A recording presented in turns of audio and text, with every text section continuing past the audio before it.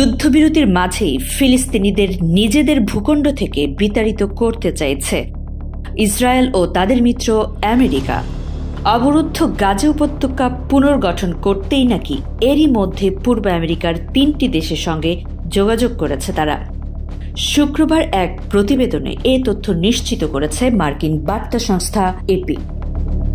বার্তা সংস্থাটি জানিয়েছে, ফিলিস্তিনিদের পুনর্বাসন নিয়ে আফ্রিকার 3 দেশ সুদান, সোমালিয়া এবং সোমালিল্যান্ডের কর্মকর্তাদের সঙ্গে আলোচনা করা হয়েছে।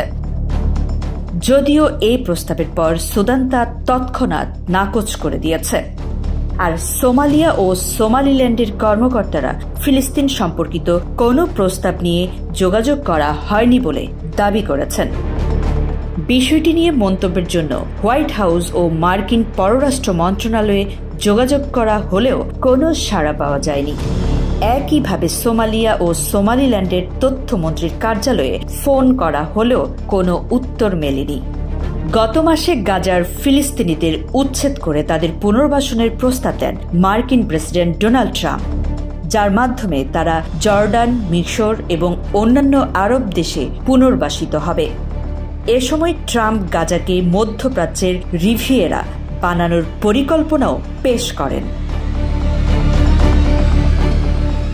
ট্রাম্পের এই পরিকল্পনা গাজার ফিলিস্তিনিদের মধ্যে গভীর উদ্বেগ সৃষ্টি করেছে, কারণ এতে তাদের গাজা থেকে স্থায়ীভাবে উচ্ছেদের ভয় স্পষ্ট হয়েছে।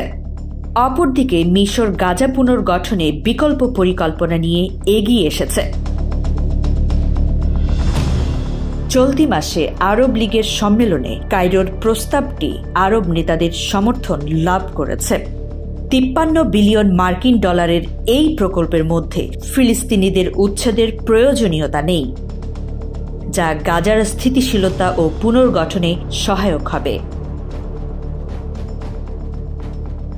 5 বছর আগে ট্রাম্প আব্রাহাম অ্যাকর্ডসের মাধ্যমে ইসরায়েল এবং 4টি আরব দেশের মধ্যে চুক্তি সম্পাদন করেছিলেন, যা এখন একটি সফল কৌশল হিসেবে ব্যবহৃত হচ্ছে। হোয়াইট হাউস এই বিষয়ে কোনো মন্তব্য করতে অস্বীকার করেছে। ইসরায়েলি অর্থমন্ত্রী বেজালেল স্মোট্রিচ, যিনি দীর্ঘদিন ধরে স্বেচ্ছায় ফিলিস্তিনিদের দেশ ত্যাগের পক্ষেই ছিলেন, এ সপ্তাহে বলেছেন যে ইসরায়েল বিভিন্ন দেশ খুঁজছে যাতে ফিলিস্তিনিদের গ্রহণ করা হয়। তিনি আরও জানিয়েছেন, ইসরায়েল তার প্রতিরক্ষা মন্ত্রণালয়ের অধীনে একটি বিশাল অভিবাসন বিভাগ প্রস্তুত করছে। প্রসঙ্গত, সুদান উত্তর আফ্রিকার দেশটি 2020 সালে আব্রাহাম অ্যাকর্ডসের অংশ হিসেবে ইসরায়েলের সঙ্গে কূটনৈতিক সম্পর্ক স্থাপন করার জন্য সম্মত হয়েছিল। এর ফলে যুক্তরাষ্ট্র সুদানকে সন্ত্রাসী রাষ্ট্র হিসেবে তার তালিকা থেকে বাদ দেয় এবং দেশটি আন্তর্জাতিক ঋণ এবং বৈশ্বিক বৈধতা লাভ করে। কিন্তু সুদান তখন থেকে গৃহযুদ্ধে প্রভাবিত হয় এবং সরকারি বাহিনী ও আরএসএফ প্যারামিলিটারির মধ্যে সংঘর্ষ চলতে থাকে।